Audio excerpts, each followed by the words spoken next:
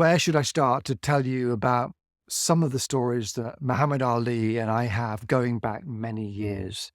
It was a tremendous honor to have been approached to paint a series of paintings of the champ himself. I was actually commissioned to enter a competition of sorts with some other artists like Peter Max and some other artists. And I was actually chosen from that competition to paint the life of Muhammad Ali.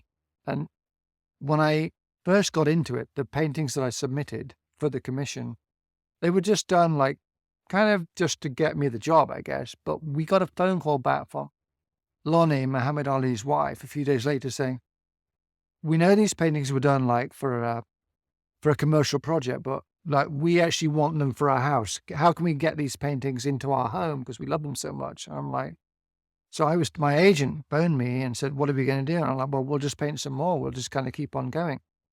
So that's what happened. And, over the years, I built this relationship with the Ali family, and they invited me on the road with them on several occasions to go and speak on behalf of the Muhammad Ali Center in Louisville, Kentucky. So I'd speak at, say, the Vancouver Film Festival when Facing Ali, the movie, came out, or I would go to the legacy campaign that the Ali Center had at Jack Fry's in Louisville. Or one of the greatest moments was when he asked me to paint joint portraits of himself and President Obama, which were unveiled at the Kentucky Bluegrass Ball in 2009 for the inauguration of President Obama.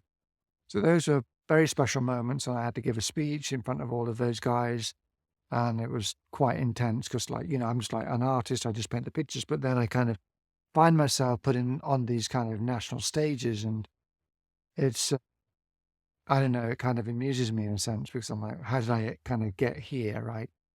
But one of the fun things I do remember about working with Mohammed is that I was sitting across the table from him when he was signing my painting, because every painting of mine that I painted, every painting of mine that I painted of him, he signed it. But when he signed it, I would get these signatures made at a special signing session where the authenticators were there authenticating each of his signatures to make sure it's not fake. And if you buy one of these paintings, by the way, every one of the signatures is authenticated by Online Authentics. However, while I was sitting there sketching him, he looked up at me, and I was somewhat taken aback because this was only the second time that I'd met him. And he looked up at me like this, and I was like, "Oh no, what have I done?" And then he lunged across the table, like with a left hook. And I was like, "Oh my gosh, like I cannot even believe this happening to me." And then he just fell back laughing. He just could not get over how funny that was because he like scared me witless. And so ever since then, like our relationship went, like say, to a deeper level. And I had a lot of fun with him and his family. And I hope you like this painting of him and the signature, if you can find it right there, saying Muhammad Ali. Have a great day.